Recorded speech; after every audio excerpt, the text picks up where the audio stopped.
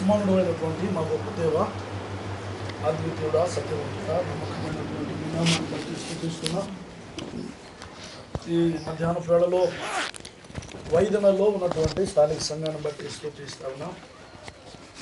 అయినా వాక్య సంబంధమైన, సంఘ సంబంధమైన, అయినా సత్య సంబంధమైనటువంటి సంగతులను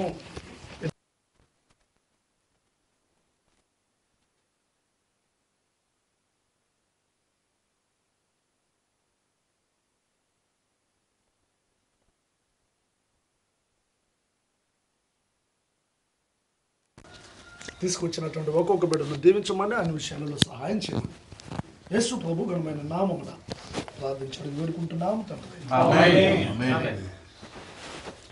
కరెంట్ ఉన్నా లేకపోయినా రికార్డ్ అయింది, కరెంట్ ఉన్నా లేకపోయినా వీడియో వచ్చింది, కాబట్టి కంటిన్యూగా మాట్లాడండి, ఇబ్బంది లేదు. 4 గంటలు వచ్చింది. ప్రార్థించిన మన ప్రియులు జాన్ సుధాకర్ అన్న గారికి ప్రభునామ వందనాలు. ఈ సమయంలో మన మధ్యలో ఉన్నటువంటి పెద్దలు యేసుదాస్ అన్న గారు ఒక 10 నిమిషాలు తన అనుభవాన్ని పంచుకుంటారు. రండి.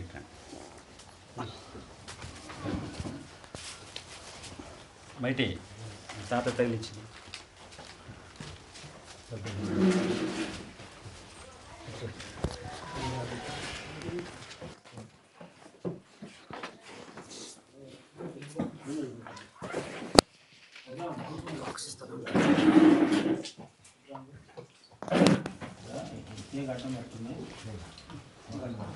ప్రభునందు ప్రియమైన సహోదరులారా, పెద్దలారా, నాతో ఉన్న సేవకులారా, మీ అందరికీ నా హృదయపూర్వకమైన కృతజ్ఞతా వందనాలు తెలియజేస్తా ఉన్నాను.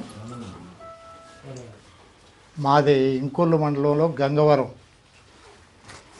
నా పేరు, మా ఇంటి పేరు కవల, నా పేరు యేసుదాస్.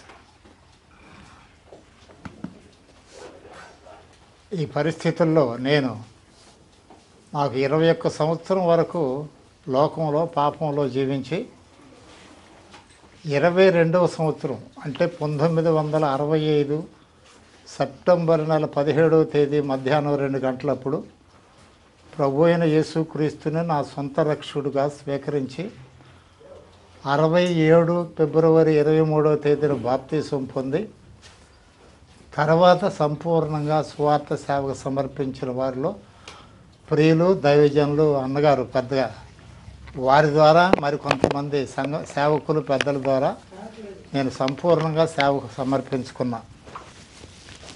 నేను రక్షించబడిన నాటి నుంచి అప్పుడు నాకు 5గురు సంతానం. అయినా బహు పేదరికంలో ఉన్నా. నేను ఒక పూట సరిగ్గా కూర వండుకుంటే 2వ పూట పచ్చడే. నాకు ఒక్క జతే మంచి బట్టలు ఉండే, మిగతా అది ఆదివారం నాడు జాగ్రత్తగా చేసుకునేవాడిని. ఆ సమయంలో 68లో మనతో కలిసి ఉన్నటువంటి జాన్ డేవిడ్ గారు మన బ్రదర్ని సహవాసాన్ని విడిచిపెట్టి ఆయన వరల్డ్ మిషన్ అని ముందు స్థాపించారు. ఆ సమయంలో నన్ను ఎంతోమంది బలవంతం చేశారు. నువ్వు పేదరికంలో ఉన్నావు, బహుమంది సంతానం అన్నారు. నేను ఆ విషయంలో రాజీ పడ్డవాడిని కాదు. తర్వాత ఇంకా నా సేవా పరిచర్యలు కూడా ఎన్నో ఇబ్బందులు ఆర్థికమైన జరిగినాయి. కొంత స్థానిక సంఘం అంటే కుల సంఘం ద్వారా కూడా కొన్ని ఇబ్బందులు వచ్చినాయి. అయినా వాటన్నిటిని నేను ఎదుర్కొని ప్రభు కొరకు జీవిస్తూ వస్తూ ఉన్నా. ఎందుకంటే మన ప్రియులు సైలస్ ఫాక్స్ గారు వారు 1893లో కెనడాలో పుట్టారు. తర్వాత ఆయన 1903వ సంవత్సరంలో యేసు ప్రభువుని నమ్ముకొని 17న వివాహం చేసుకొని, వివాహం తెల్లారే మన ఇండియాకి మిషనరీగా వచ్చాడు. అమ్మాయిని తీసుకొని, భార్యను తీసుకొని. ఆయన వచ్చి ముందు ఒక మిషన్లో పనిచేశారు 5 సంవత్సరాలు. ఆయన అనంతపూర్ వచ్చి అనంతపూర్లో అగ్రప్ప గారితో కలిసి 25లో అనంతపూర్లో మొట్టమొదటి బ్రదర్స్ అసెంబ్లీలో ఆరాధన ప్రారంభించారు. కెనడా దేశం నుంచి వచ్చి ఆయన ఉన్నతమైన స్థలం మంచి భోజనాలు తిన్నటువంటి వాడు. ఇండియాకు వచ్చిన తర్వాత ఆంధ్రప్రదేశ్లో ఆయన భోంచేసినటువంటి భోజనం ఇప్పుడు మనం భోంచేయట్లా. ఖైరు జావా సంగటి ఆ ఏరియాలో అప్పుడు ఉన్న పరిస్థితి అనంతపూర్లో. అలాంటి కష్ట పరిస్థితుల్లో ఫాక్స్ గారు వచ్చి మన ఏరియాలో ఎంతో సేవ చేశాడు. ఆంధ్రాలో మరి తెలుగు భాష నేర్చుకొని స్వచ్ఛమైనటువంటి తెలుగు ఆయన మాట్లాడేవారు. ఆయన ఆఖరిగా 1967 సంవత్సరం ఫిబ్రవరి నెల 26, 27 తేదీల్లో పేరాల్లో సభలు జరిగినాయి. ఆ సభలప్పుడు ఆనందం గారు, ప్రభుదాస్ గారు, డేవిడ్సన్ గారు దేవుని వాక్యం అందించారు. అప్పుడు ఫాక్స్ గారు ఆయన అన్నారు, ప్రభు చిత్తం అయితే మరొకసారి ఇండియాకు వస్తాను, లేకపోతే మన అందరం కలిసి పరలోకంలో కలుసుకుందామని చెప్పారు. ఎందుకు ఈ మాటలు చెబుతున్నానంటే అలాంటి మహనీయులు కష్టపడి సేవ చేసి మన ఏరియాకు వచ్చి మన వాతావరణంలో మన భోజనాలు తిని కష్టపడి సువార్త సేవ చేశారు. మేము కూడా ప్రభువు నమ్ముకున్న మొట్టమొదటి దినాల్లో 10 మైళ్ళు నడిచి అక్కడికి వెళ్ళి సువార్త ప్రకటించి సంఘం లేనప్పుడు సువార్త ప్రకటించి మళ్ళీ తిరిగి వచ్చి ఇంటికి వచ్చి మళ్ళీ స్నానం చేసి అన్నం తిన్న రోజులు ఉన్నాయి. అంటే సువార్త సేవ అంటే పూల పాన్పు కాదు. కష్టం ఉంటుంది, నష్టం ఉంటుంది, కొన్ని ఇబ్బందులు ఉంటాయి. సువార్త ప్రకటించేటప్పుడు ఎంతోమంది వ్యతిరేకిస్తారు, వాటన్నిటినీ తట్టుకోవాలి. కాబట్టి ఎందుకంటే బ్రదర్ని అంటే కొంచెం పచ్చి ఉండాలి. అది బ్రదర్ని అసెంబ్లీ అంటే పచ్చిమతో కూడిన పని. మేక అన్నీ తింటది, అర్థమైందా? మేక అన్నీ తింటది కానీ గొర్రె అన్నీ తిందు. మేక చేదాకులేనిది అంటది 2 కాళ్ళు పైకెత్తి. కానీ బ్రదర్ని అసెంబ్లీ ఎలాంటిదంటే స్వచ్ఛమైన అపోస్తుల యొక్క బోధ, సిద్ధాంతపరమైనటువంటి బోధ. కష్టాల్లో, నష్టాల్లో, బాధలో, వ్యాధిలో, ఇబ్బందులో, ఇరుకులో ఏ పరిస్థితిలో కూడా మన సహవాసాన్ని, సిద్ధాంతాన్ని దాటి వెళ్ళకూడదు. నేను అలాగే ఇప్పటికి 60 సంవత్సరాలు అయింది నేను ప్రభువుని నమ్ముకొని. ఇప్పుడు నాకు 82వ సంవత్సరం దాటిపోబోతుంది. ఇంతవరకు అదే సిద్ధాంతంలో నేను కాదు, నాకు 5 సంతానం, 5 రక్షించబడ్డారు బ్రదంలోనే. 3 ఆడపిల్లలు, 2 అబ్బాయిలు. ఒక అబ్బాయి ప్రభు దగ్గరికి వెళ్ళాడు ప్రభువుని నమ్ముకొని. ఒక అబ్బాయి గుంటూరు నాగార్జున యూనివర్సిటీలో అక్కడే చదువుకొని అక్కడే జాబ్ చేస్తున్నాడు. అక్కడ మంగళగిరి స్థానిక సంఘంలో ఇప్పుడు పెద్దగా ఉండి సంఘాన్ని నడిపించుకుంటూ పరిసర ప్రాంతంలో నూతక్కిలో, వడ్లమూడిలో చిన్న బ్రాంచీలు ఏర్పాటు చేసి అక్కడ కూడా సేవ చేస్తున్నాడు. కానీ ఎందుకు అంటే నేను మాట చెబుతుంది, బ్రదర్ను సహవాసంలో చేరిన తర్వాత కొన్ని ఇబ్బందులు ఉంటాయి. తర్వాత ఇంకోటి, బ్రదర్ను సహవాసంలో స్త్రీలు కొంచెం మౌనంగా ఉండాలి. అది కొంతమందికి ఇబ్బంది. ఇప్పుడు దాకా ఆ సంఘంలో స్త్రీలు పాటలు పాడచ్చు, అవి ఉంటాయి. కానీ మన బ్రదర్ సహవాసంలో స్త్రీలు పాటలు పాడటం, అది మౌనంగా ఉండాలి. స్త్రీలకు ప్రత్యేకమైన కోట పెట్టుకోవచ్చు. మొత్తం మౌనం కానీ కొంచెం కాదు, పూర్తిగా మౌనంగానే ఉండాలి. కాబట్టి ఇలాంటి సంగతులు మనం వింటున్నాం. కాబట్టి అందుకే ఒక మాట చదువుతావా? పేతురు రాసిన మొదటి పత్రిక 2వ అధ్యాయంలో పేతురు అంటున్నాడు కదా, పేతురు రాసిన మొదటి పత్రిక 2వ అధ్యాయంలో చదువు. ప్రభు దయాళుడని మీరు రుచి చూడండి అనలా సమస్తమైన దుష్టత్వమును, వేషధారణయు మాని శిశువులను పోలిన వారై నిర్మలమైన వాక్యమును పాలవలన రక్షణ విషయంలో ఎదుగు నిమిత్తము ఆ పాలను అపేక్షించుడి. చాలు ఇక్కడ అంటున్నాడు పేతురు, అంటున్నాడు నిర్మలమైన పాలు అంటే బ్రదర్ని సహవాసంలోనే, ఇంకెక్కడా లేదు. ఎందుకంటే నేను వేరే సహవాసాల్లోకి వెళ్ళలేదు, కానీ వాళ్ళ బోధలు, వాళ్ళ విషయాలు, వాళ్ళ మనుషుల్ని, వాళ్ళ సాక్ష్యాలు వింటుంటే అది క్రమం లేకుండా ఉంది. కాబట్టి ఇక్కడ ఏమంటున్నాడంటే నిర్మలమైన వాక్యం అనే పాలు అంటున్నాడు. నిర్మలమైన పాలు అంటే కల్తీ లేని పాలు, కలిపి చేరిపెట్టి బోధలు ఉన్నాయి. అన్ని పాలే కాదు, ఆవు పాలు ఉండి తాగుతాంగా, గేదె పాలు తాగుతాం, ఇంకా గొర్రె పాలు కూడా కొంతమంది తాగుతారు. జిల్లేడు పాలు తాగుతామా? అలాంటి జాగ్రత్తగా ఉండాలి మనం. కాబట్టి ఈ ఉదయకాల మధ్యాహ్నకాల సమయంలో క్రీస్తునందు ప్రియమైన సోదరులారా, మన ప్రియుడు ఏం పేరు తమ్ముడు అబ్రాం గారు, ఈ విషయాల్లో మీరు దేవుని వాక్యం వినాలా. బ్రదర్ని సిద్ధాంతంలోకి వచ్చామంటే కొన్ని ఇబ్బందులు కూడా ఉండొచ్చు. వాటన్నిటినీ తట్టుకొని ప్రభు కొరకు నిలిస్తే రేపు నీకు ప్రభు దగ్గర బహుమానం ఉంటుంది.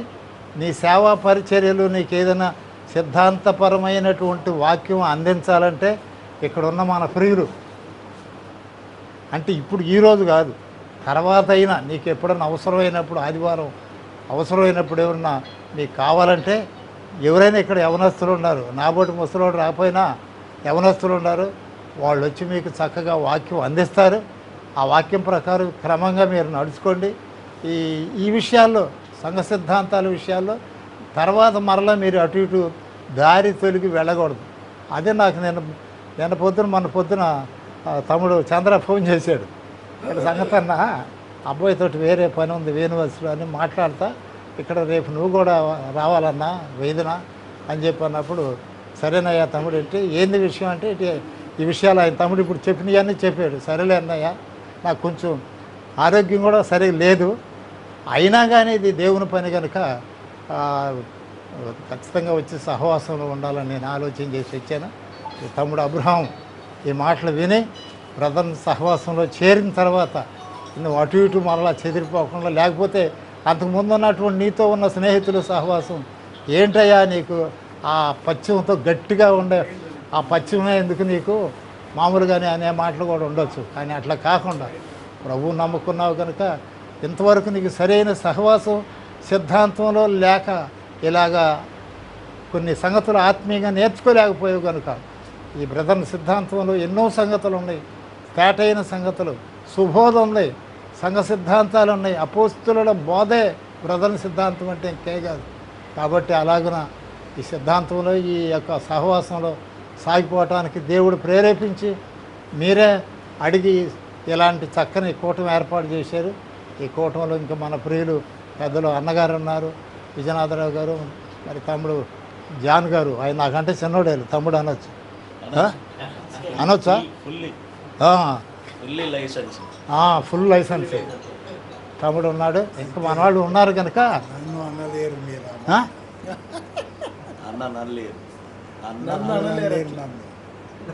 ఎవరిని నేను ఎట్లా అంటారు? ఆయన నాకంటే చిన్నాడు కదా, ఆయనకి 82 లేవు కదా. కాబట్టి ప్రభునందు ప్రియమైన సోదరులారా, మన తమ్ముడు అబ్రహాం గారు ఎక్కడ ఆయన అనాలా, మనం వెంటం కాదు, అసలు అవసరమైంది ఆయనకే. సరే నేను ఎక్కువ మాట్లాడినాము, క్షమించండి. సరే ఇంకా మన ప్రియులు ఉన్నారు కనుక చిన్న ప్రార్థన చేసి నేను ముగిస్తాను. ప్రేమగల మా తండ్రి, పరిశుద్ధుడైన గొప్ప దేవ, శ్రేష్టమైన మీ నామంలో మరొకసారి వందనాలు స్తోత్రాలు చెల్లిస్తున్నా. కొన్ని దినాలుగా ప్రార్థించి నిరీక్షించి ఆశించిన మేరకు ఆయన వైద్యంలో మీ దాసులు తమ్ముడు అబ్రహాం గారిని వారు కావలసిన సహవాసం సిద్ధాంతం కావాలని కోరినప్పుడు ఆయా స్థలాల నుంచి బహుదూరం నుంచి అన్నగారిని అలాగే కావలి నుంచి మీ దాసులను కూడా స్థలానికి నడిపించారు. చేరువచ్చిన మీ దాసులను పెద్దలను సేవకులందరినీ నిండాలుగా దీవించమని, ఇంకా నాకంటే ముఖ్యంగా పెద్దలు మాట్లాడవలసి ఉంటుంటే ఇంకా తేటైన సంగతులు వారి ద్వారా మేము కూడా వినటానికి కృప చూపమని దయ చూపమని యేసు ప్రభు నామములో ప్రార్థించి వేడుకుంటున్నాము తండ్రి, ఆమేన్. అందరికీ వందనాలు. అబ్రహాం గారు లేరని చెప్పి మీరు ఎవరేం అనుకోవద్దు. అసలు చెప్పేది ఆయనకి కదా, ఆయన లేకపోతే ఎలా అని రికార్డ్ అవుతుంది, తర్వాత అయినా చూస్తారు. ఎందుకంటే ఒక్కడే ఉన్నాడు కాబట్టి పనులు చూస్తూ ఉన్నారు. దయచేసి ఈ విషయాన్ని గమనించండి. అంటే ఆయన లేకుండా మనందరమే కూర్చొని మనం చెప్పుకుంటున్నాం అనే ఆలోచన రావచ్చు, అది రాకుండా ఉండడం కోసం నేను చెప్తున్నాను. రికార్డ్ అవుతుంది, రికార్డ్ చూస్తారు, తర్వాత అయినా ఇబ్బంది ఏం లేదు, మన దగ్గరే ఉంటుంది కాబట్టి టెలికాస్ట్ అవుతుంది. దాని విషయంలో కంగారు పడద్దు. మీ అనుభవాల్ని క్లుప్తంగా మరి యుక్తంగా పెద్దలు దయచేసి క్షమించండి నేను ఇలా మాట్లాడుతున్నానని అనుకోవద్దు.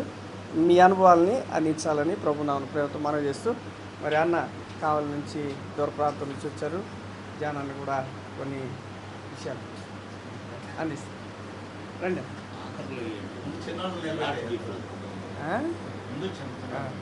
చిన్న పెద్ద సేవకుల్లో అంటే సరే ఓకే సరే సరే మంచిది. సరే జాన్ అన్న మాట్లాడండి, ఒక 10 నిమిషాలు మాట్లాడండి. రండి.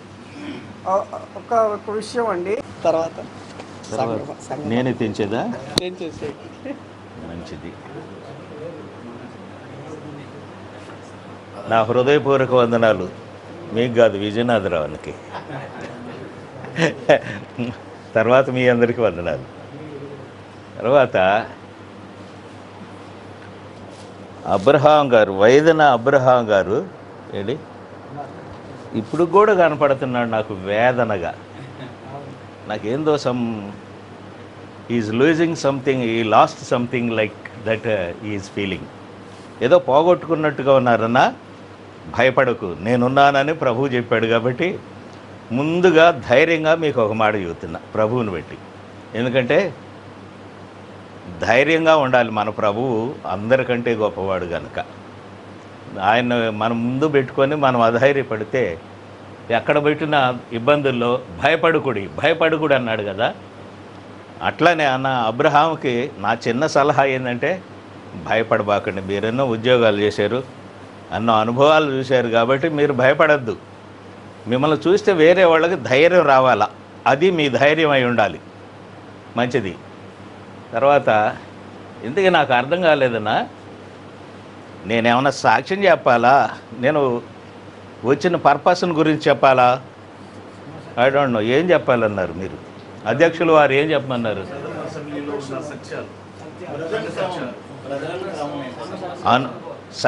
సొంత సాక్ష్యం కాదు, క్లారిటీ లేదు. నా సాక్ష్యం కావాలా?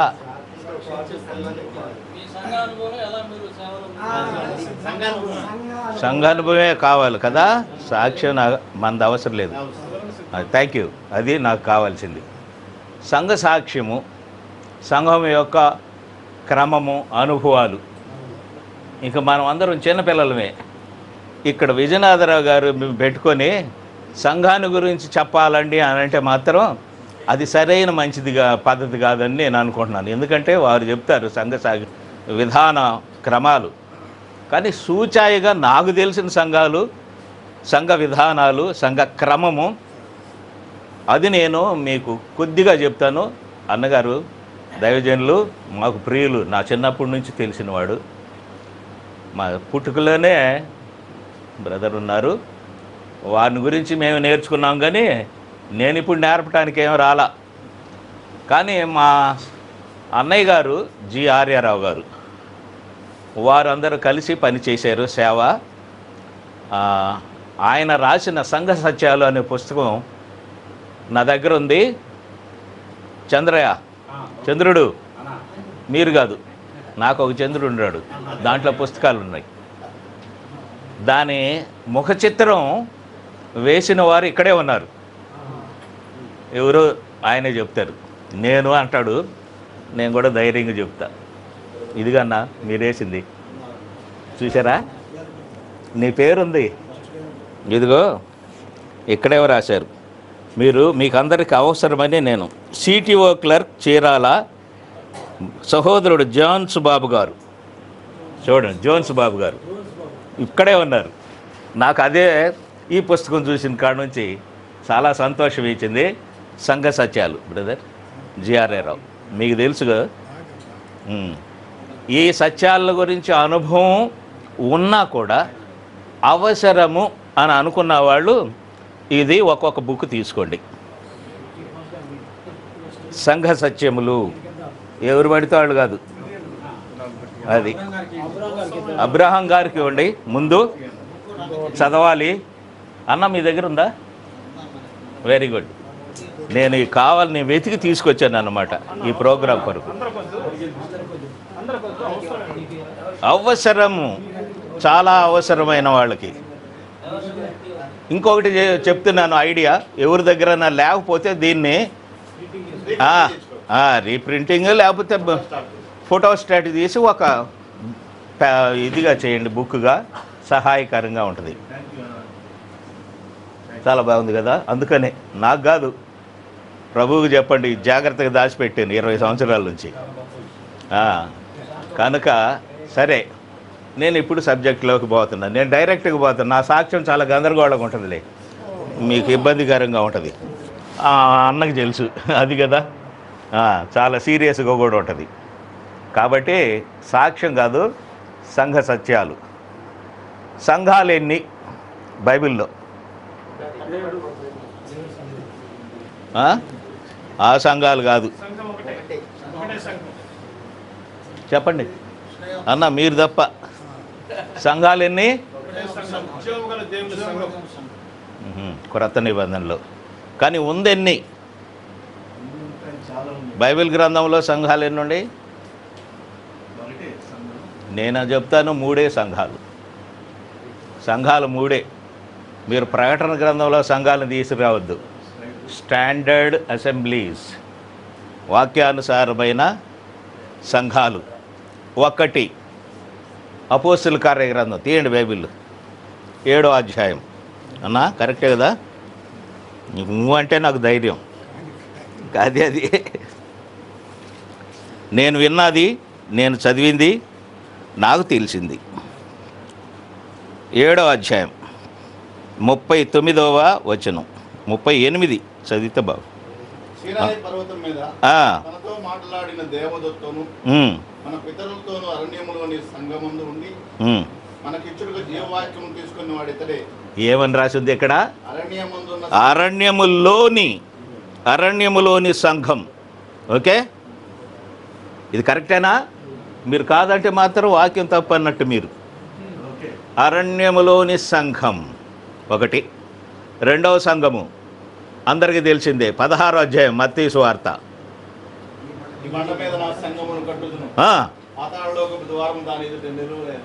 ఈ సంఘం ఏది? 2వది. ఇది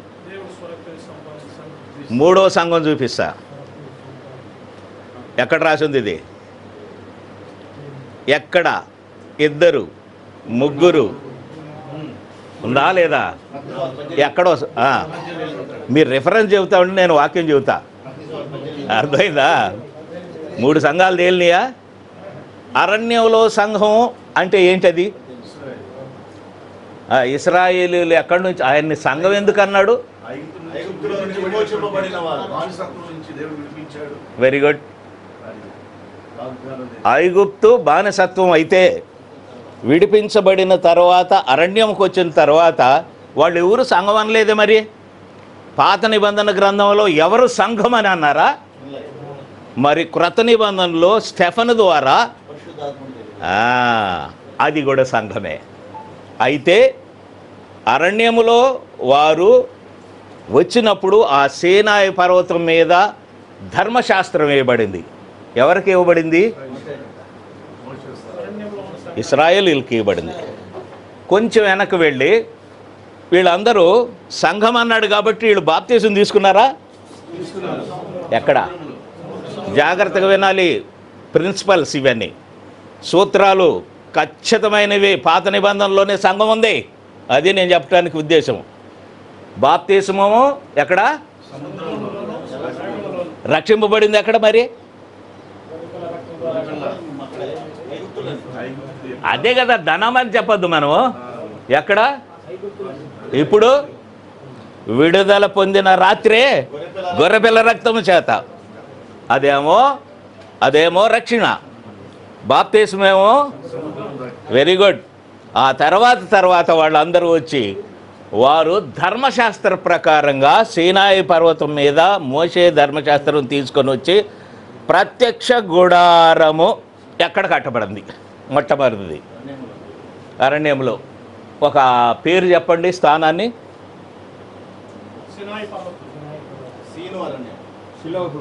అది ఎవరా చెప్పింది? మీరు టీవీ వాళ్ళండి. ప్రైజ్ అలాడ్ బాబు, మంచిది. షిలోహులో కట్టబడింది, అది సంఘము. ఆ తర్వాత ఎక్కడ కట్టబడింది? 78వ కీర్తన ఎవరైనా చదివారా? అది మళ్ళీ ఇప్పుడు తీయద్దు. ఇప్పుడు ఈడకి రాకముందే ఉండాలి అది. దాంట్లో ఎక్కడ కట్టబడింది? షీలోహును నేను ద్వేషించి తిని సియోనును ప్రేమించిదని. సియోనును కూడా ప్రేమించాడు. తర్వాత దేన్ని కట్టాడు? మళ్ళీ టీవీయే. యెరూషలేములో ఇది దాని రూపం. ఫస్ట్ సంఘం యెరూషలేములో కట్టాడు. యెరూషలేములో సంఘం ఏమైనా నిలబడిందా? ఎందుకు నిలబడలేదు? ఎందుకు శ్రమలు వచ్చినాయి? అవిధేయతేనా? మీరేమనుకోబాకు. అబ్రహాం గారు కూడా మీరేమనొద్దు, అనుకోవద్దు. నేను డైరెక్ట్గా మాట్లాడతా. ఇండైరెక్ట్ స్పీచ్ నాకు అసలు తెలీదు. అదే అయితే ఈ విగ్రహాలు ఏంది అర్థమైందా?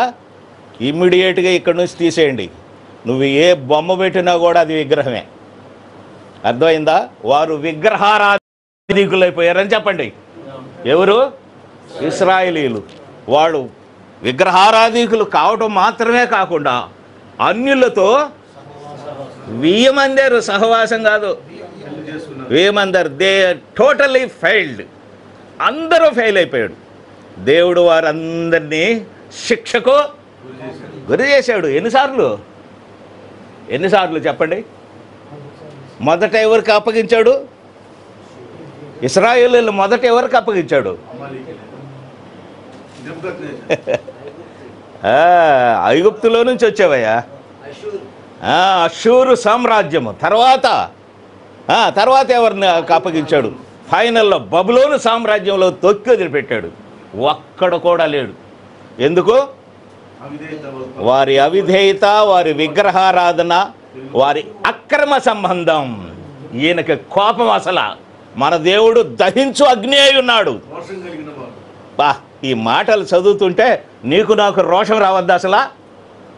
మనం దేవుని కృప, దేవుని సంతానమై ఉన్నాం. మనం పౌరుషం, రోషం కలిగిన వాడు. ఎక్కడ రాసింది ఈ మాట? పౌలు ఎక్కడ రాశాడు? రెఫరెన్స్ చూడకుండా చెప్పాలి నాకు. నాతో పేసేది మొదటి కొరింథీ పత్రిక 16వ అధ్యాయం 13వ వచనంలో. చూడకుండా చెప్పండి. నన్ను చెప్పమంటారా? నాకు బాగా వచ్చు, నేను చెప్తే అయిపోద్ది. మీరు చూడండి. అప్పుడప్పుడన్నా కళతో చూడాలి కదా. విశ్వాసమందు, ఆ మాట వదిలిపెడతామే.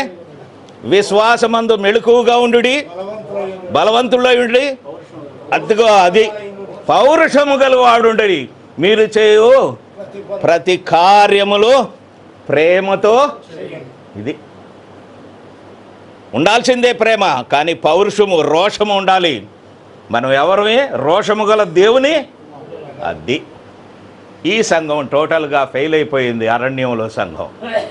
అందుకనే వీరందరినీ దాటవేసి ప్రవక్తలు బోధించినా కూడా వారు విననందువల్ల మలాకీ గ్రంథంలో ప్రవచనాత్మకంగా దేవుడు కుమారుని పంపించాడు. అర్థమైందా? సింప్లిఫై చేసేసా. కుమారుని పంపించాడు. ఆయన ద్వారా ఏ సంఘం కట్టాడు? 16వ అధ్యాయంలో మత్తయి సువార్త. అదే సంఘం పేరు చెప్పండి. నో, దానికి ఒక సంఘం పేరుంది. మొత్తం తీసేయి. కాదు, నేను చెప్తాను చూడండి. సార్వత్రిక సంఘం. ఓకే, అది సార్వత్రిక సంఘం. ఇప్పుడు మూడో కొటేషన్ చెప్పేనే. అదే ఏ సంఘమో? ఎక్కడ? అదే సంఘమో? అది ఇదన్నమాట ప్యాటర్న్. మొదట అరణ్యం ఫెయిల్. సార్వత్రిక సంఘము కట్టబడుచున్నది, ఇంకానూ కట్టబడును. స్థానిక సంఘము ఇవి అన్న చెప్పాడే అబ్రహాం గారు.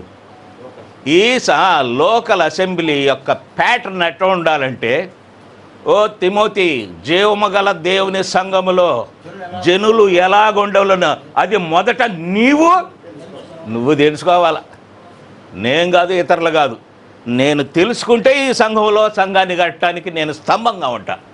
అది ఎలా ఉండాలి ముందుగానే యేసుదాస్ అని చెప్పేశాడు. ఏంది? 1 పేతురు 2వ అధ్యాయము 1వ వచనంలో ఎలా ఉండాలి? ఏమో దాంట్లో చూడండి, రెండోసారి మళ్ళీ చదవాల్సి వస్తుంది మీకు. నిర్మల దానికి ముందు చెప్పాలి క్వాలిటీస్. మధ్యలో నేను చెప్తానయ్యా, నాకు వచ్చు ధనధనామని చెబుతా పిడుగులు పడినట్టు. అదిగో అది కావాలి నాకు. ఈ సంఘములో అలాంటిది ఉండకూడదు. ఎలాంటిది ఉండకూడదు? సమస్తమైన ఏది ఉండకూడదు. అందుకనే అన్న చెప్పింది పత్యం అని. అర్థమైందా? ఇది పత్యం. ఎలాంటి విషయాల్లో కూడా వాక్యానికి మించి ఒక్క అక్షరం కూడా ముందుకు పోవటానికి వీల్లేదు. ఇది జీవము గల దేవుని.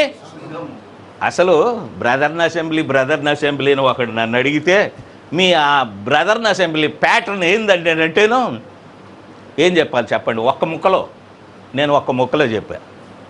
మీరేం చెప్తారు? ఒక ముక్కయ్యా.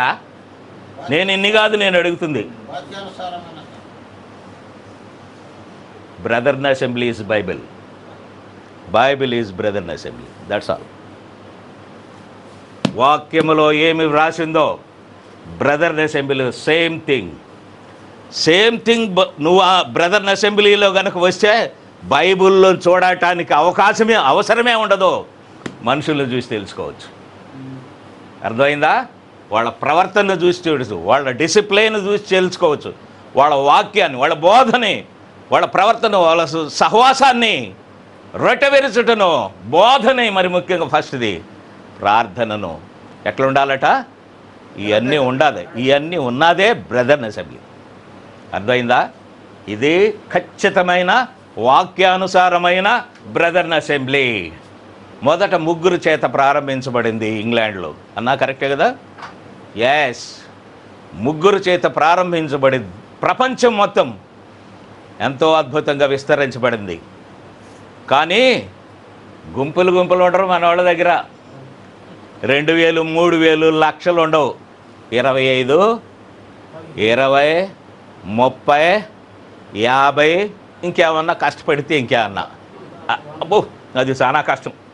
నా దగ్గర ఇంతవరకు లేరు. అర్థమైందా? నేను 33వ సంవత్సరం ఒక ముక్క చెప్పి వదిలిపెడుతున్నా. నేను 33వ సంవత్సరంలో దేవుని పరిచర్యలోకి వచ్చాను. 7 సంఘాలు స్థాపించాం. కానీ 7లో 7 39 మొత్తం. కానీ ఒక్కొక్కటి 200 కిలోమీటర్ల దూరం పోయి పరిచర్య చేసి వచ్చాం. Note this point.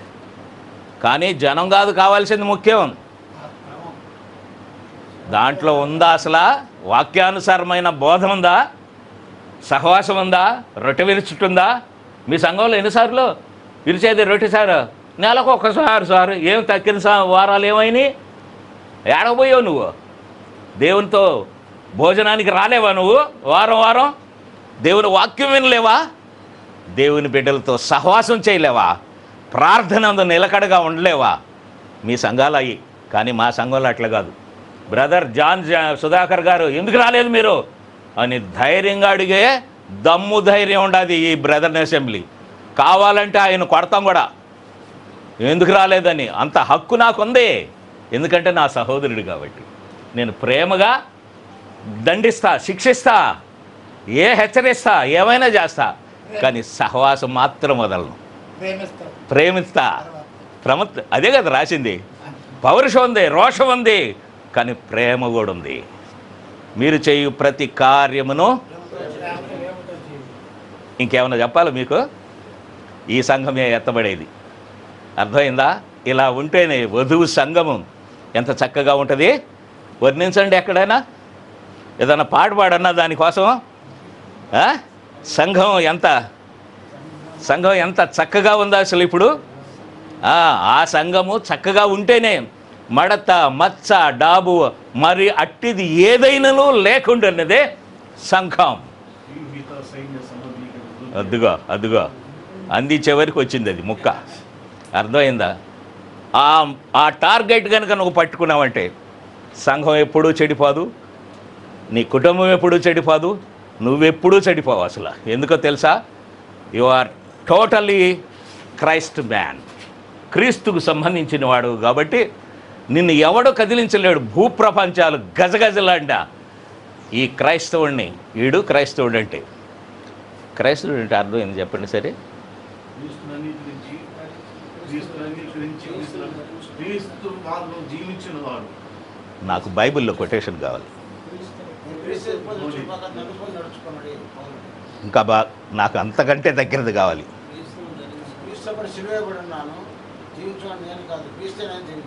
అది ఎక్కడుంది ఇది? అది మనం అందరం కలిగి ఉండవా లేదా? మనం అందరం నేను క్రీస్తు కూడా చనిపోయాడు, చచ్చిపోయాను ఇక జీవించువాడు నేను కాదు, నా యందు క్రీస్తే నా యందు.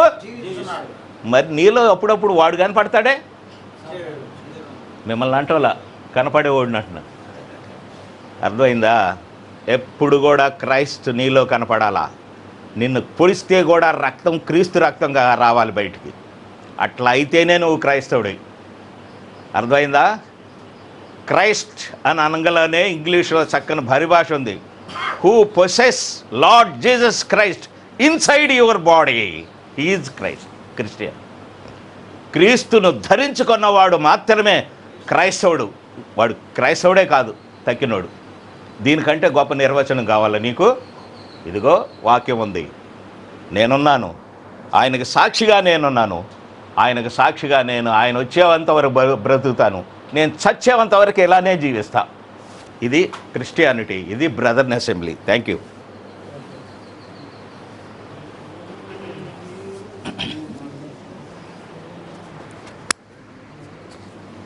మంచిది. పెద్దలు సంఘం గురించి, సంఘం ఛాయారూపకంగా ఉన్నటువంటి 3 సంఘాలను గురించి, మరి యేసుక్రీస్తు ద్వారా మరి సార్వత్రిక స్థానిక సంఘాలుగా ఈ లోకంలో, అరణ్యం అనే లోకంలో ఈ సంఘ ప్రయాణం కొనసాగుతుండగా సంఘంలో కొన్ని అంశాలు, ఎలాంటి విషయాలు మనకు అవసరమో ఆ మాటలు కొన్ని పెద్దల ద్వారా మనం వినగలిగాం. అందును బట్టి ప్రభువుని స్తుతిస్తూ ఉన్నాం. మరి ఈ సమయంలో మరి మన మధ్యలో ఉన్న ప్రియులు పాలన్న గారు కూడా ఒక 10 నిమిషాలు మాట్లాడతారు.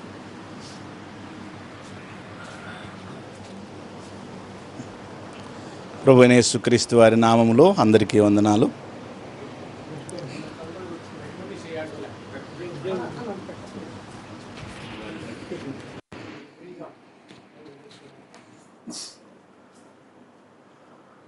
నా పేరు పాల్ బొల్లాపల్లి. నేను 1992లో ప్రభువైన యేసుక్రీస్తు వారిని నా సొంత రక్షకునిగా అంగీకరించాను. అంతకుముందు నేను లూథరన్ చర్చిలో యూత్ కోఆర్డినేటర్గా గుంటూరు నార్త్ ప్యారిష్లో ఉండేవాడిని. అప్పుడు సంఘము యొక్క విధానం నాకు తెలిసింది కాదు. అయితే నాకున్న అలవాటు ప్రకారం మార్టూర్ వచ్చిన తర్వాత చర్చికి వెళ్తే చర్చిలో నాకు అర్థమైంది ఏంటంటే, బ్రదరన్ సంఘంలో పాపాన్ని గురించి చెప్తారు, రెండవది పాపానికి వచ్చే శిక్షణ గురించి చెప్తారు, దాని తర్వాత దేవుని తీర్పు ఉంది, ఎవరు తప్పించుకోలేరని చెప్తారు, నరకాగ్నిగుండం ఉంది, చనిపోతే నరకానికి వెళ్తావు ప్రభువుని నమ్ముకోకపోతే అని చెప్తారు. ఆ తర్వాత ప్రభువు రాకడుంది, నమ్ముకుంటే పరలోకానికి వెళ్తావు, నమ్ముకోకపోతే నరకానికి వెళ్తావని సూటిగా దేవుడి వాక్యం నాతో మాట్లాడినప్పుడు నేను 92లో ప్రభువైన యేసుక్రీస్తు వారిని నమ్ముకున్నాను. 93లో మా దగ్గరికి దైవజనులు విజయనాథరావు గారు వాక్య పరిచర్య చేయడానికి వచ్చారు. ఇట్లా కొంతమంది దైవ సేవకుల ద్వారా వాక్య సిద్ధాంతం మేము గ్రహించాం. బ్రదరన్ అంటే ఏంటంటే పాపాన్ని ఖండించేది, పాపానికి శిక్ష ఉంది, ఎవరు తప్పించుకోలేరు అని ఖరాఖండిగా చెప్పేది. తర్వాత ఇంకొక సత్యం ఏంటంటే బ్రదరన్లో సంఘం అంటే ఏంటో వివరణ ఇస్తారు. సంఘం అంటే ఇప్పుడు మన వాళ్ళు చెప్పారు, అపోస్తుల బోధ విషయంలో ఏమాత్రం రాజీ పడరు, బోధ విషయంలో ఏమాత్రం రాజీ పడరు. 2 సహవాసం, పరిశుద్ధుల సహవాసము సంఘంలో ఉంటుంది. 3 క్రమంగా రొట్టె విరుచుట, ప్రతి ఆదివారం ఆరాధన, అది క్రమంగా జరిగేది. ఆరాధన క్రమం కూడా ప్రత్యేకంగా ఉంటుంది బ్రదరంలో. 4వదిగా ప్రార్థన, విజ్ఞాపన ప్రార్థన. వ్యక్తిగత ప్రార్థన, కుటుంబ ప్రార్థనలు, ఈ విధానం బ్రదర్ సంఘంలో క్రమంగా కొనసాగుతాయి. ఇంకొక సత్యం ఏంటంటే అయ్యగారు వాళ్ళు చెప్పారు, స్త్రీలు సంఘములలో అన్నాడు. ఓన్లీ నాట్ వన్ చర్చ్, సార్వత్రిక సంఘం. దేవుడు చెప్పిన మాట కొరింథీ 13:14-32లో 35లో 34లో ఏమన్నాడు? సంఘములలో అన్నాడు. అంటే సార్వత్రిక సంఘాన్ని అయ్యగారు చెప్పాడు కదా, సార్వత్రిక సంఘాన్ని గురించి చెప్పాడు కాబట్టి అది బైబిల్ క్రమం. ఇది మరి బ్రదర్ మాకు నేర్పింది. తర్వాత బ్రదర్ ఏంటంటే క్రీస్తు సువార్త ప్రకటిస్తుంది. సువార్త అంటే యేసుక్రీస్తు జననము, ఆయన జీవితం, ఆయన మరణం, ఆయన పునరుత్థానం, ఆయన ఆరోహణం, ఆయన అవరోహణ గురించి క్లియర్గా తెలియజేస్తారు సువార్త. సువార్త అంటే లోకంలో సంగతులన్నీ తీసుకొచ్చి అల్లిక చేసి ఇది సువార్త అని చెప్పరు. యేసుక్రీస్తు ఎవరు, ఆయన ఎందుకు ఈ లోకానికి వచ్చారు, ఆయన ఏం చేశారు, ఆయన ఎవరి కొరకు మరణించారు, ఎందుకు మరణించారు, దానివల్ల లోకానికి కలిగే లాభం ఏంటి, ఆయన మరణము, ఆయన శ్రమలు, ఆయన పునరుత్థానం, ఆయన ఎలా ఆరోహణుడయ్యాడు, అవరోహణుడు మరలా వస్తాడనేది తెలియజేసేది సువార్త. చాలామందికి సువార్త అంటే సువార్త చెప్పమంటే ఏదేదో చెప్తారు. కాదండి, సువార్త అంటే ఒక దైవజనుడు అన్నాడు, క్రీస్తు లేని వార్త అది వార్తే కాదన్నాడు సిహెచ్ మెకంటిషన్. ఆయన క్రీస్తు లేని వార్త అది వార్తే కాదు. కాబట్టి బ్రదరన్ సంఘంలో క్రీస్తు సువార్త ఏది తీసుకున్నా ఫైనల్లో క్రీస్తు ప్రభువుని చూపిస్తారు. అది మేము నేర్చుకున్నది, అది బ్రదరన్ క్రమం. ఆ క్రమంలో మేము ఎదుగుతున్నాం. ఆ క్రమంలో ఆ దైవ భక్తి చాలా క్లియర్గా ధైర్యంగా ఇప్పుడు అయ్యగారు చెప్పాడు. అవసరమైతే కొట్టినట్టు మాట్లాడి వాక్యాన్ని బోధిస్తారు. ఆ క్రమంలో మేము పెరిగాం. అదే బ్రదరన్ క్రమం. అలానే అక్కడే పుట్టాం, అక్కడే పెరుగుతున్నాం, అక్కడే స్వస్తాం. అలా ప్రభు మమ్మల్ని నడిపిస్తున్నాడు. ఈ క్రమంలో మేము కొనసాగుతూ ఉన్నాం. ఇది దైవ క్రమం అని మేము నమ్మాము. ఆ క్రమంలో కొనసాగుతున్నాం. అందరికీ వందనాలు. Thank you so much.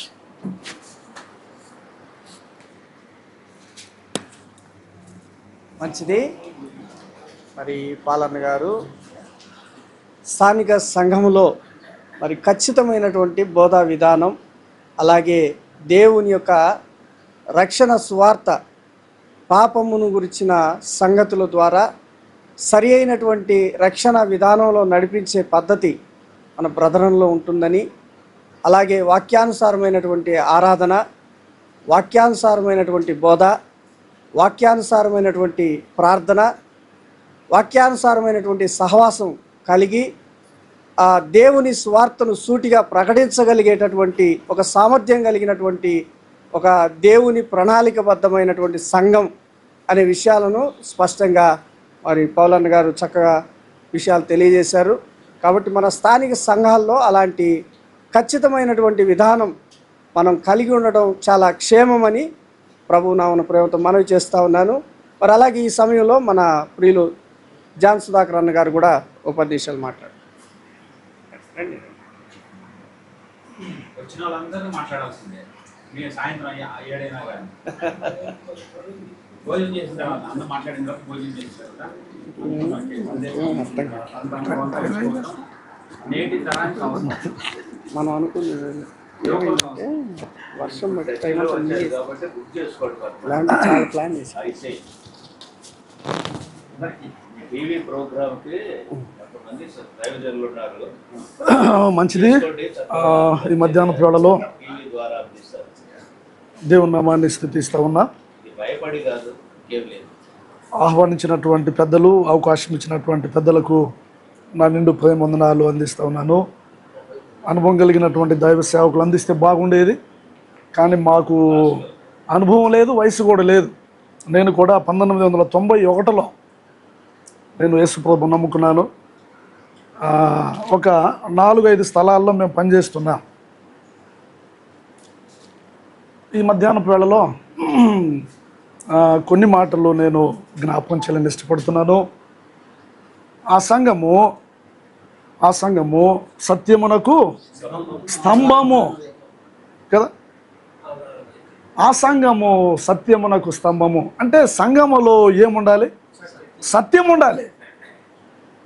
ఈనాడు సంఘాలలో సంఖ్య ఉన్నది కానీ సత్యం లేదు. సంఘంలో ఏముండాలి అనే కొన్ని మాటలు జస్ట్ అవుట్లైన్గా నేను మీకు జ్ఞాపకం చేయాలని ఇష్టపడుతున్నా. సంఘంలో ఏముండాలి? దేవుని వాక్యంలో నుండి పాత నిబంధనలో కీర్తన గ్రంథం చూడండి, 27వ కీర్తన 27:4 చదవనాన్ని మనం చదువుదాం. 4 యెహోవా యొద్ద దానిని నేను వెదకుచున్నాను, యెహోవా ప్రసన్నతను చూసుటకు, ఆయన ఆలయంలో ధ్యానించుటకును నా జీవిత కాలమంతయు. ఇక్కడ మనం చూస్తూ ఉంటే సంఘములో ఏముండాలి అనే మాటలు నేను జ్ఞాపకం చేయాలని ఇష్టపడుతున్నా. సంఘములో ఏముండాలి అంటే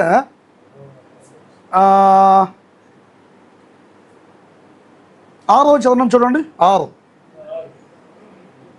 ఇప్పుడు నన్ను చుట్టుకొని ఉన్న ఎత్తబడును, ఆయన గుడారములో నేను ఉత్సాహధ్వని చేయించు, నేను పాడేదాను కదండి, నేను పాడేదాను అన్నాడు. అంతేకాకుండా యెహోవాను గురించి స్తుతిగానము చేసేదాను. అంటే సంఘములో ఏముండాలంటే పాటలు ఉండాలి. ఫస్ట్ వన్ కదండి, ఏముండాలి? పాటలు. మన అసెంబ్లీస్లో మన సంఘాలలో 3 పాటలు పాడతాం. ఎన్ని? 3 మేము పాడేది. ఒకటి స్తుతి పాట పాడతాం మనం, స్తుతి పాట. అలాగే 2వదిగా శిలువ ధ్యానం, 3వదిగా ఆరాధన. అయిపోయింది కదండి. అంటే ఒక సిస్టమేటికల్గా ఏ పిచ్చి పిచ్చి పాటలు కాదు కదండి.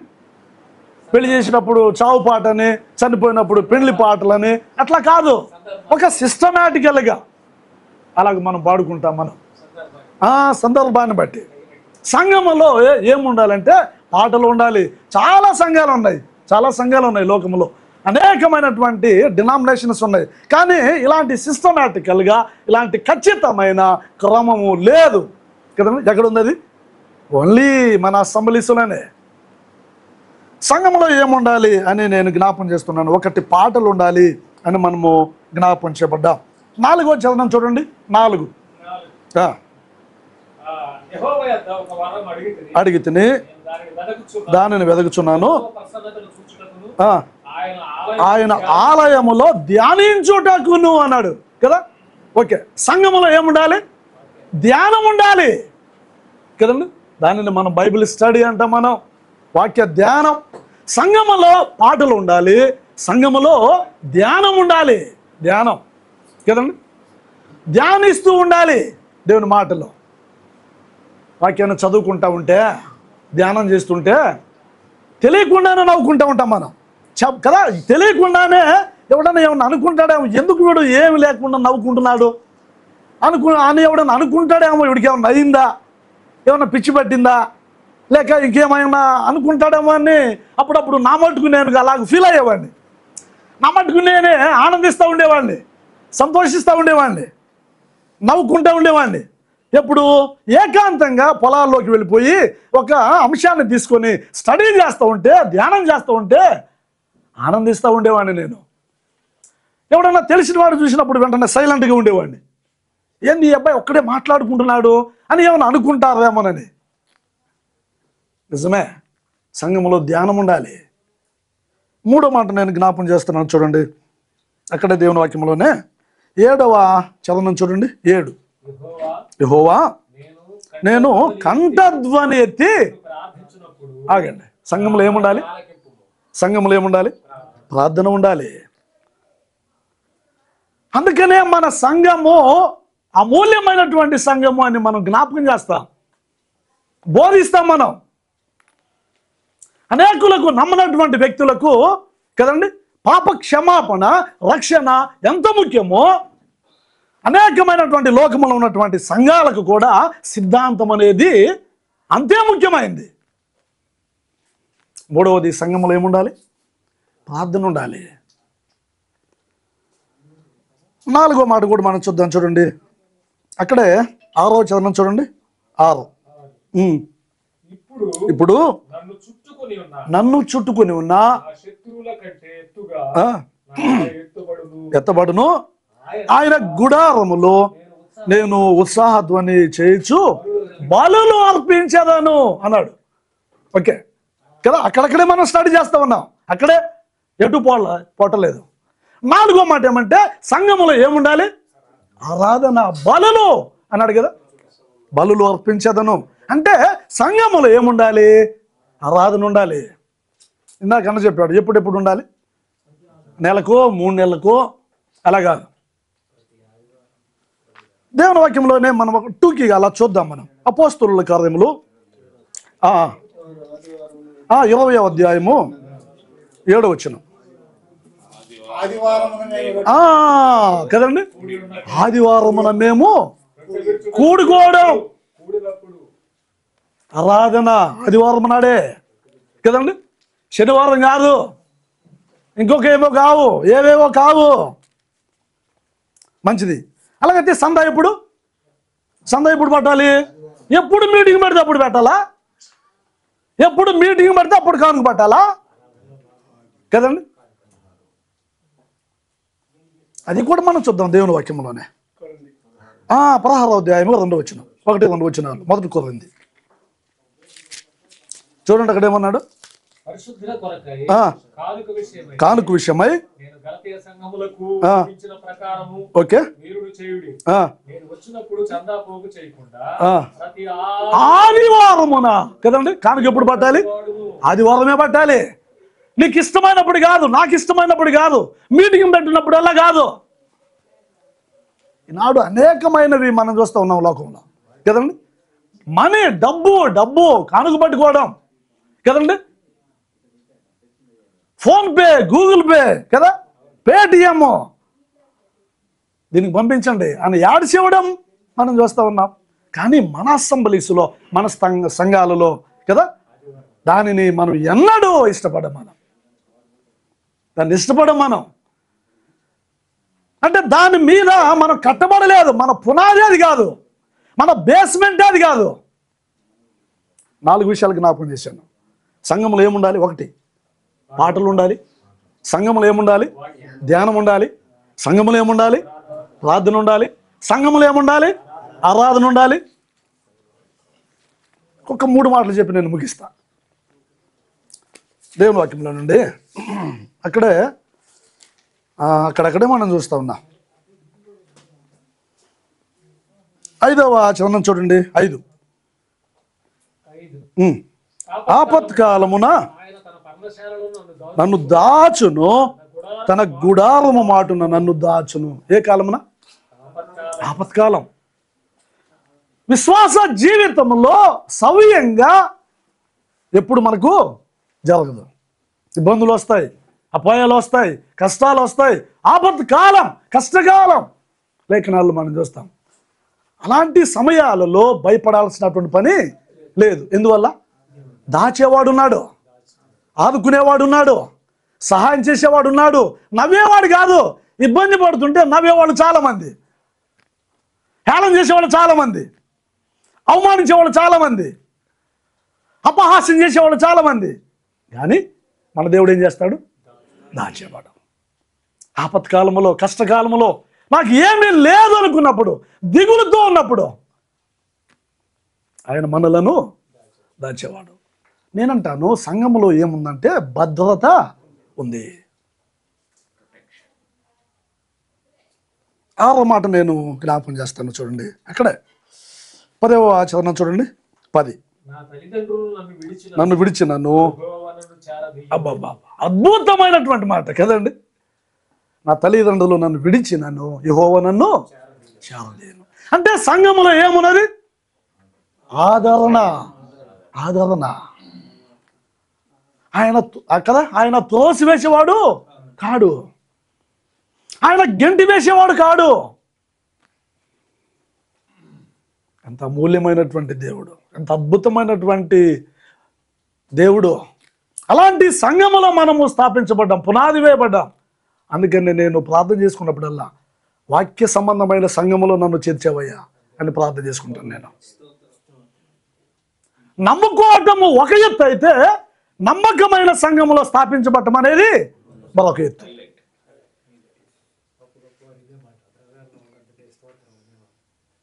ఏడో మాట నేను జ్ఞాపం చేస్తున్నాను. వచ్చిన 14 చూడండి.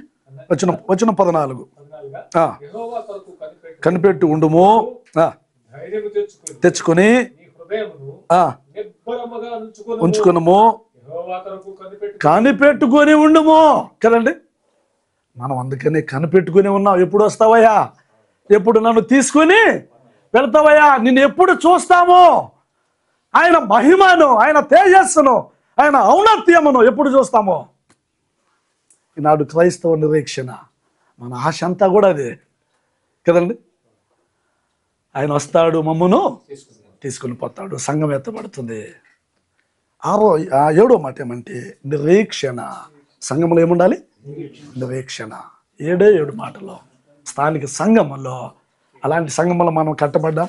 అందువల్ల దేవుని స్తుతిస్తున్నాం. ఈ కొద్ది మాటలు దేవుడు మన వినికిడిలో దీవించును గాక. ఆమేన్. వందనాలు.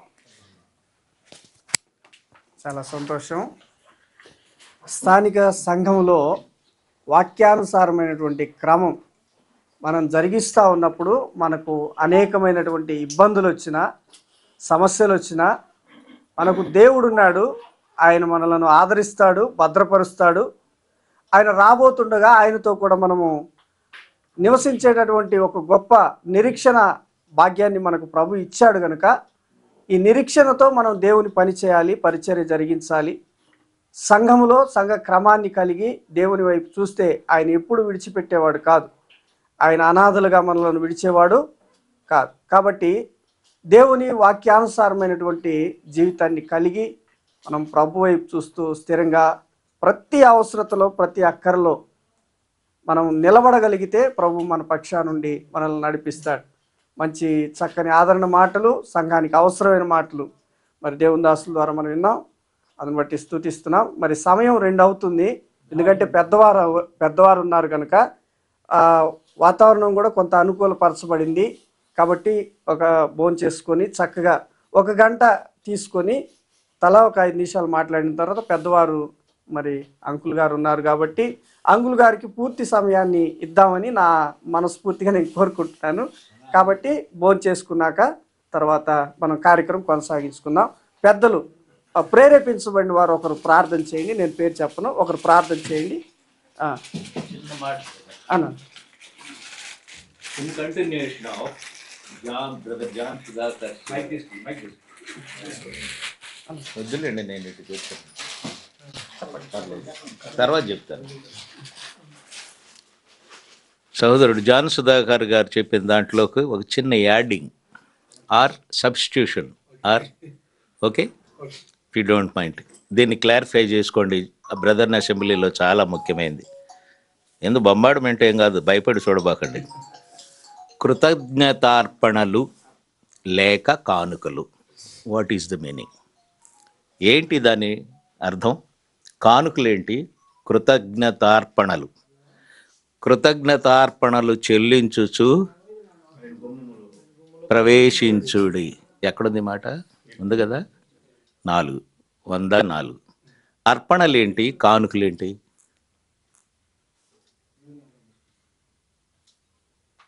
సరే నేను చెప్తా. కృతజ్ఞతాస్తుతులు నోటితో చెల్లించాయి, కృతజ్ఞత అర్పణలు అది. కానుకలు వేరు, కృతజ్ఞతార్పణలు వేరు. అది ఆరాధనలో భాగం. నోట్ చేసి పాయింట్. ఎందుకంటే ఈ క్రొత్త సంఘం కాబట్టి అక్కడ తప్పు చేయొద్దు. కృతజ్ఞతార్పణలు మనము గుప్పెలు విప్పి దేవునికి ఇచ్చేయి, కానుకలు సేవకి ఇచ్చేయి. కాబట్టి వీటి రెండింటిని కలపద్దు, తెలిసిందా? దాన్ని కానుక అనద్దు, సేవకి ఇచ్చేయి. ఇది దేవునికి ఇచ్చేయి. దేవుని సేవే, కానీ ఎక్స్క్లూజివ్లీ ఫర్ అసెంబ్లీ, ఎక్స్క్లూజివ్లీ ప్రత్యేకంగా దేవునికే సమర్పించేయి అయి. అర్థమైందా? అందుకని కృతజ్ఞతార్పణలు, కృతజ్ఞత స్తుతులతోటి అయిన వెంటనే కృతజ్ఞతార్పణలు మనం చెల్లిస్తాం కదా. అక్కడ వాయిద్యాలు కానీ ఇంకా ఏమీ ఉండవు. అది కూడా కృతజ్ఞత ఆ భాగములో, అంటే చాలా మెయిన్ పార్ట్లోని భాగమే అది. ఏది? అర్పణలు. కనుక చాలా మంది, కొంతమందిలో చూశాను నేను, అక్కడ వాయిద్యాలు కూడా తీసుకొని ఆ పాటలు పాడేటప్పుడు, కానుకలు చెల్లించేటప్పుడు మొదలేస్తున్నారు. No, pin drop silence. కానుకలు అయిపోయేంత వరకు ఏ మాత్రం అసలు శబ్దమే రాకూడదు. అది కరెక్ట్. బల్ల జరిదే వరకు అస్సలు ఎట్టి పరిస్థితుల్లో వాయిద్యాలు ప్రస్తావన రాకూడదు. నూతనంగా ఉన్నారు కాబట్టి. కనుక ఆ తర్వాత నీ ప్రకటనలు, నీ ఏవైనా కానీ పాటలు వాయిద్యాలతో వాయించుకోండి. Thank you.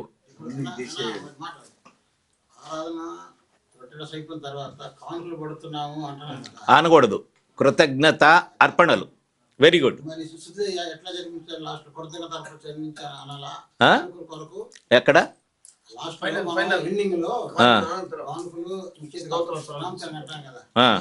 కృతజ్ఞతార్పణలు చెల్లించుచున్నాము తండ్రి. అది ఇంకోటి, కృతజ్ఞతార్పణలు యేసుక్రీస్తు ప్రభు నామములో చెల్లించున్నాము తండ్రి. అట్లా క్లోజ్. తప్పు జరగకూడదు. అది ఆనవాయితీ బయట నుంచి వచ్చింది కదా మనకి. బయట నుంచి వచ్చిన ఆనవాయితీ అది. అవి మన భాష కాదు. అదన్నా చాలా జాగ్రత్తగా ఉండాలి. ఈ టిప్ చాలా చిన్న పాయింట్ అయినా కానీ మిస్టేక్ జరిగించే పాయింట్. తీసుకోవాలని ప్రభు నా ప్రేమతో మనవి చేస్తా ఉన్నాను. ఈ సమయంలో మన మధ్యలో ఉన్న అంజీ అన్న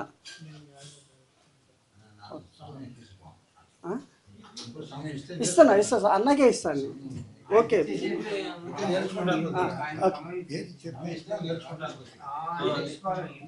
4:15 దాకా అన్నాను. మీరు డిస్కషన్ వద్దు, ఓకేనా? సరే, ఓకే, రైట్, మంచిది. అసలు పూర్తిగా సమయాన్ని అంకుల్కి అప్పగిస్తా ఉన్నాం. మరి ఈ సమయంలో మరి మనకు ఖచ్చితంగా మరి 4:10 అయింది కనుక 1 గంట సమయం అంకుల్ మనకు దేవుని వాక్యాన్ని అందిస్తారు. సంఘ సత్యాలు, కొన్ని విషయాలు మనం నేర్చుకుందాం. కుర్చీ తీసుకుందాం, ఇటు వేసుకుందాం. ఈ సమయాన్ని అంకుల్ గారికి అప్పగిస్తాం. బయట ఇట్రా, కూర్చొని పెట్టి వస్తుంది.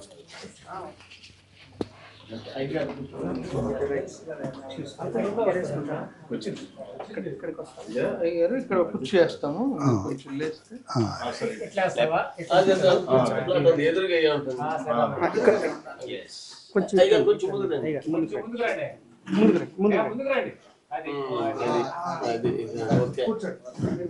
స్టాండ్ చేసుకున్నా.